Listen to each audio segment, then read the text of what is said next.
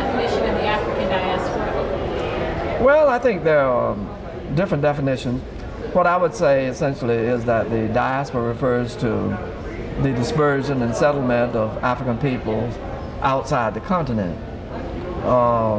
Now, you can also use that to refer to the actual settlements in terms of their identity and identification with place of origin, Africa as a homeland idea, but also identifying with a common social condition that black people around the world have, and they constitute then what I would call the African diaspora.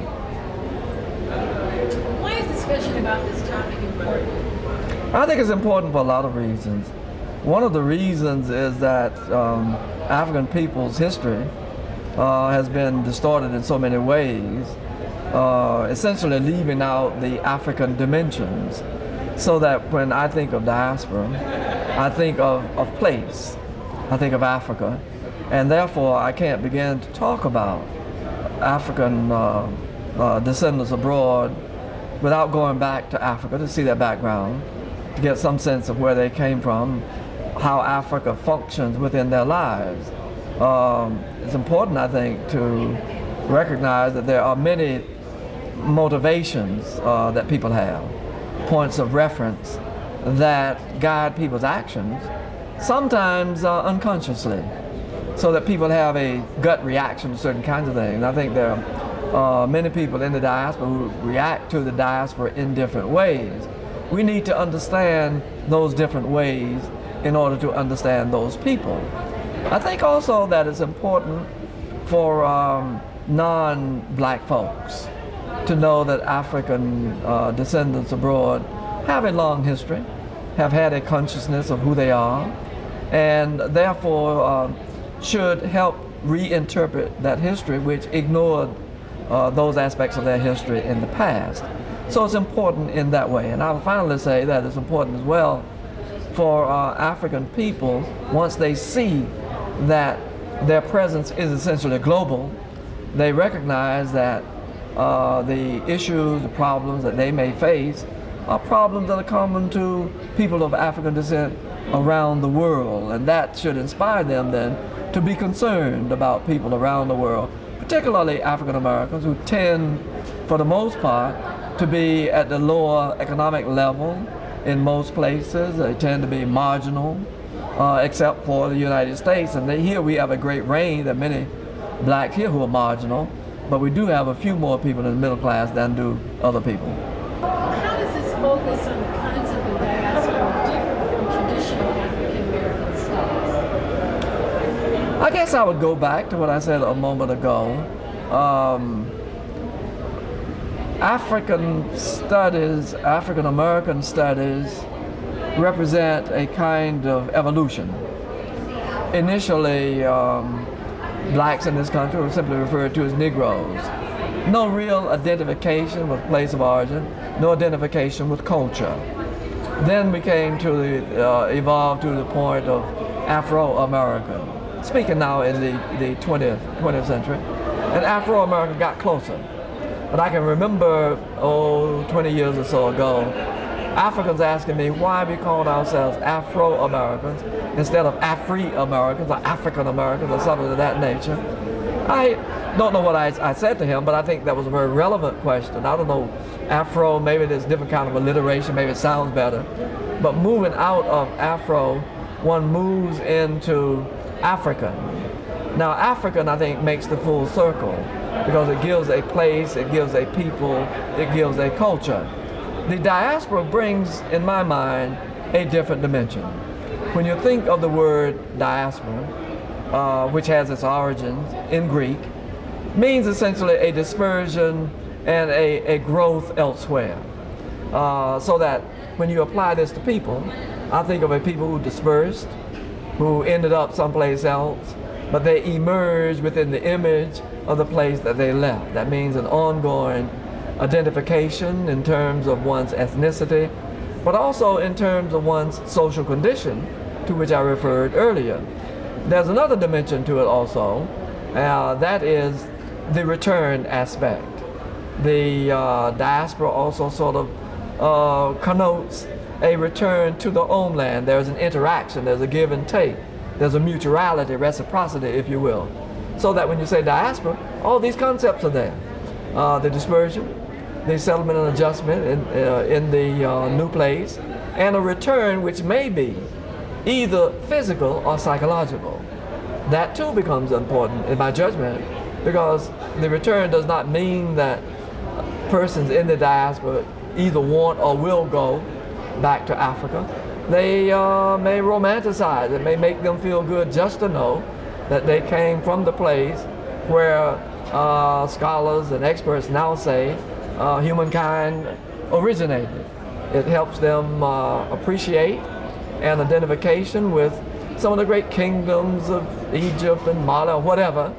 But beyond that, there is a meaning also, I think, for those people who see Africa as just giving them confidence of a place, confidence of nations, confidence of wealth in areas that will inspire them, the people who identify with it, inspire them to achieve, inspire them to participate politically. They may never want to go there, but in that kind of way, Africa functions on them. So I see the diaspora as inspiring all those kinds of reactions.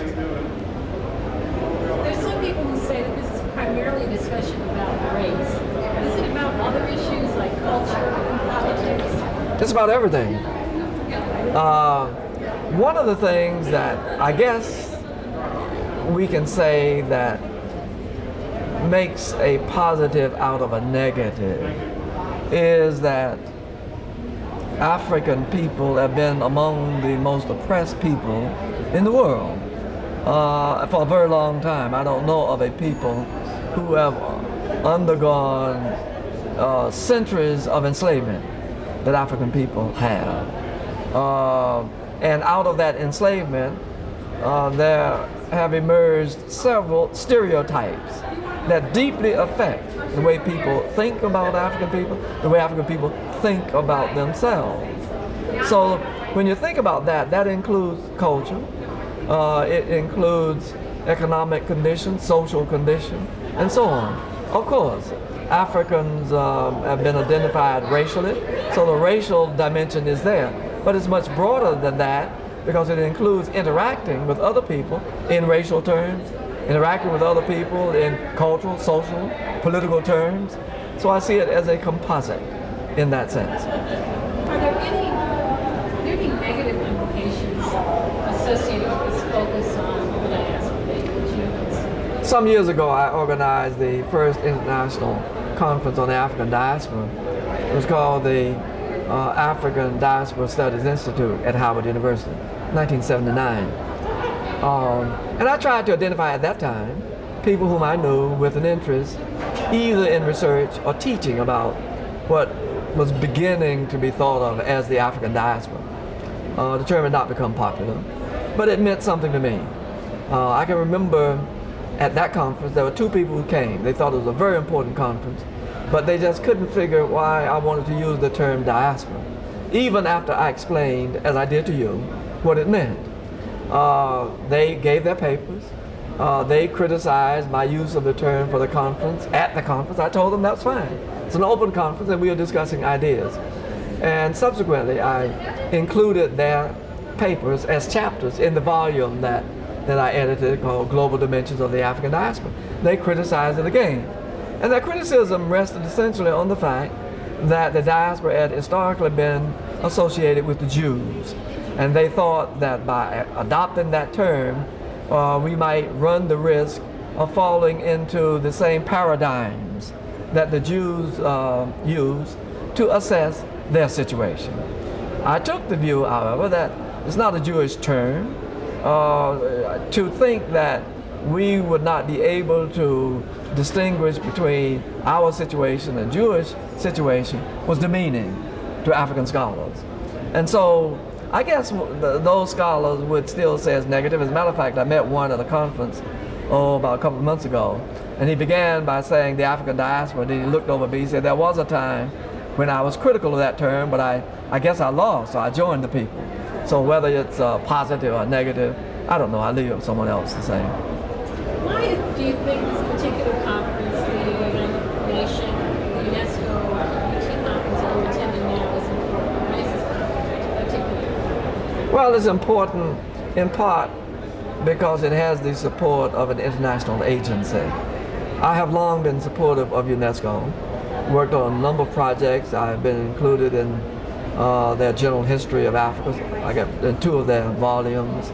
I don't know of a better international group that can convene a conference of this sort and bring together people from Africa, from South America, the Caribbean, and so on. Because these are areas that are third world areas. They're areas without many resources and would not normally be able to come without this kind of support. So it's good that UNESCO is supported. But it's also important for UNESCO to support it because it helps legitimize the whole idea, the whole concept of the diaspora. Its publications circulate globally. They circulate in different languages, and it helps to tell the story. And UNESCO's imprimatur, if I may say so, invites non-African people as well to pay attention to this, and out of that I would hope all of us are better informed and enlightened. So this conference, I think, fits into that.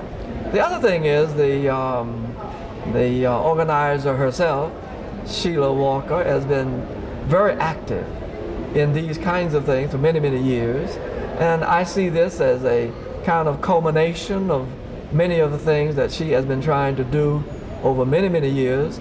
She was in attendance at my conference in 1979. Times have changed. We are in a different contextual situation, so I was happy to be invited here to participate. The subjects have changed somewhat. We got a different clientele. There are new faces here, so there is continuity in the effort. And in that sense, it's important, and hopefully it will inspire someone else, someplace else, to hold another conference that will follow up. After having worked on communities of African descent throughout the world, for I guess over 20 years, I was at a research institute to write another book, and simply got bored one day and just thought I'd look and see what I had. Then it occurred to me that people had been reading some of the materials I'd written about the diaspora, and had often responded that they appreciated it, what they read, but they did not always know where these places were. Geography is one of the weak points in the United States. Many schools don't teach geography anymore. So people didn't know. You speak about Afro-Pakistan, well, where is Pakistan? You speak of Africans being in Malaysia, where is Malaysia? So it occurred to me then that this would be fun for me to do. I'd never done anything like that. So I found a cartographer, talked with her about it. She thought it was fascinating. She didn't know of a map done like the one I was proposing. So we simply had 1 or 2 meetings, and I began to sketch out a map, put places in. She put them into scale and helped me design it, and that's how we came up with it. What's been the reaction to the map, and what types of constituencies have you drawn reaction? The constituencies have been very diverse. The map has been ordered by a number of students, professors for their classes. Individual students have inquired about the map. There have been others, particularly African Americans, who simply see it as a piece of art, something that they can put on the wall, or something they can put on a table that's a conversation piece. It helps them to discuss their heritage. It helps them to show people how extensive the presence of descendants of Africans is. So that's one thing. Then there have been 1 or 2 offices that have wanted the wider map mounted on the wall. So it has aesthetic appeal as well as intellectual and educational appeal. I can remember when I was a graduate student at Howard University, a professor of mine took me into a classroom. This was in the, I guess, the mid-50s. He pulled down the map and he said, Mr. Harris, this is the continent of the future. You might want to think about this as a research topic. And I did. In connection with that, at that time, the major place to go for an education, a PhD, was Northwestern University. So I went there, and I can remember very well my advisor saying, "Mr. Harris, whatever you do, don't write about the slave trade." It's sort of ironic because many people think that that's about all I talk about right now, the slave trade, but I knew what he meant. Working on the slave trade would relate one to slavery, and at that time, I would have been identified as a specialist in what they called at that time Negro history or Afro-American history, and I had indicated that I wanted to be regarded as a historian of Africa. So he said, find something in Africa to write about, and I did that. But the point of the story is that the more I studied about Africa, the more I became interested about the influence of Africa abroad. Then in 1965, at a conference, again sponsored at least in part by UNESCO, convened in Tanzania. It was the first Congress of African Historians, and I chaired a panel there, the title of which was The African Abroad or the African Diaspora. To my mind, it's the first time I'd heard diaspora used in that way, and I was attracted by it. It seemed to have crystallized some of the ideas that I had about diaspora. But more important, perhaps, or just as important, was the fact that in response to a question, an Arab delegate said that there were no communities of African descent in Arabia or in the Persian Gulf area because they had been assimilated. Well, everyone takes the view that Islam assimilates. It's been much better in its treatment of black people, and by and large I think that is true. On the other hand, Islam is not completely free of prejudice any more than Christianity is, and I guess coming out of the African American context, I wanted to find out. So I left that conference and was able to raise enough money to take myself and my family on a trip to some of the Asian countries to identify, I thought, repositories and documents that could be written about as resources for research and publication about communities of African descent in various parts of Asia. I got there only to find that there were materials that I could use right then. Some of the materials were in English, some were in French. So I collected those data, came back, and I wrote the book, and I guess in a certain sense, I plotted my, my future research and publication, scholarly career, inadvertently. If one looks at diasporas around the world, what one will find is that a group of people who dispersed and settled abroad many, many years ago tend to remember what they saw many, many years ago. That's the impression they have, and that's what they hold on to. In a certain sense, one may argue that that's romantic. I can remember I was in Kenya at the time when the Asians were being expelled from Uganda. That was a diaspora. They had migrated from India, had settled in Uganda, and they had identified Uganda as their home. But the government forced them out. So they were going back to their original home. I was also in Kenya long enough to see some of them return from India to say they had a hard time because the Indians didn't seem to receive them. They didn't speak Hindi quite the same way. They had a different view on life. And if one looks at Israel, the same thing happens. There are problems with those Jews who return from the Orient as opposed to those who return from the West. There's a question of those blacks who are Jews. All of them claim adherence to the Jewish faith, but they're different in a very real sense. So that the same thing is true of African Americans. In the early days, as I said earlier in my talk, those Africans who left the continent, they left the continent. It was not a geographically divided area such as it is today with political boundaries. So people had a view of Africa. Not only that, over the years as they interacted with other cultures, it meant that they themselves were modifying their culture. Their languages were being modified, their cultural responses to things, their religions were being modified, the same as the people who interacted with them were being modified in a number of ways. So that over the years, African Americans emerged as a mixture of African culture and other cultures and so forth, so that they are not like continental African culture. African Americans don't have speak African languages unless they make an effort to go out and learn them. If you go to Africa, you'll find that many of their traditions are very different. You have a gut feeling of identification because you know your origin, you know theirs, you know your social condition and their social condition, but still that there is a difference there. So that over the years then, when the black nationalist movement emerged, a lot of African Americans began to take on African dress. They began to wear African hairstyles. They developed African languages and learned about these different places in Africa and so on. But they were learning them, they were doing all of that within the context who they were, essentially Westerners.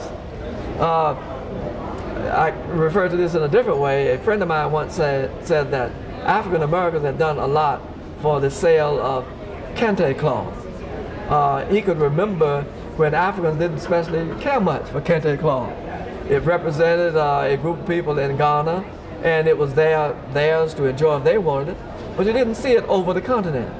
But African Americans come in, and they begin to jazz it up, and they begin to wear it in different forms and fashion, and now Africans are taking a second look.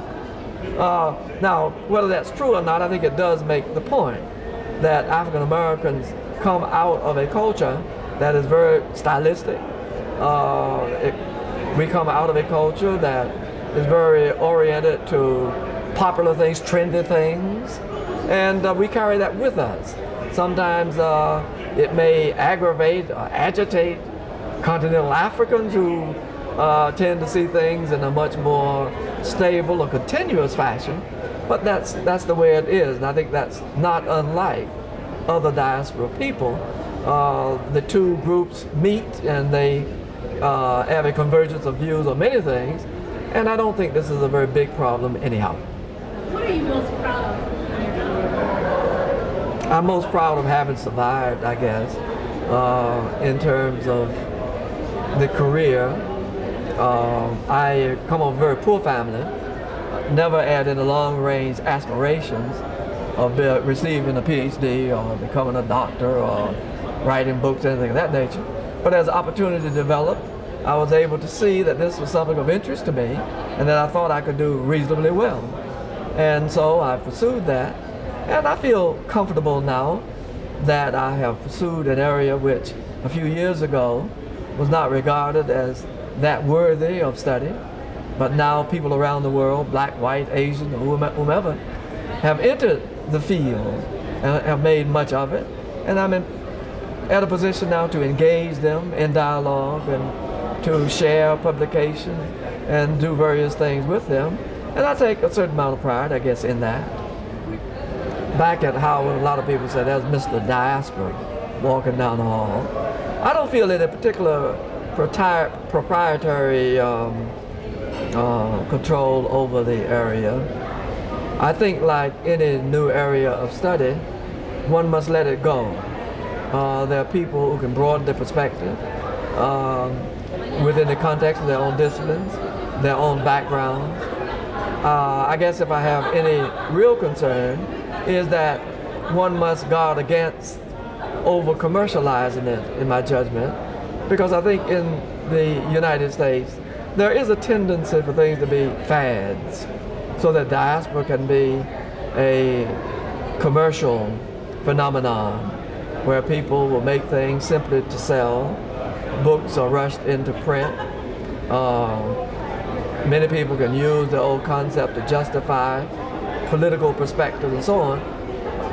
On the other hand, there's no way really to control that.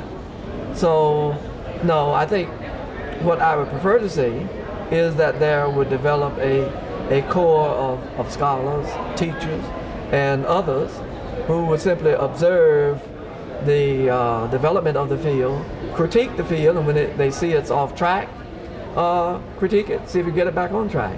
That's what I intend to do, and I think that's the best way to guard against any problems that may arise in the future. Well, there's still debate about diaspora, but I was just talking with a colleague the other day, And we were just sort of musing over the fact that a number of scholarly publications have recently advertised for positions that had diaspora in the title. A person who could teach the history of the African diaspora. People who are interested in literature of the African diaspora. So it's catching on. That means it's gaining respectability in universities. In a number of articles are being published with that label. Of course, books are. So I would think that it's developing in the field, and that's a good thing.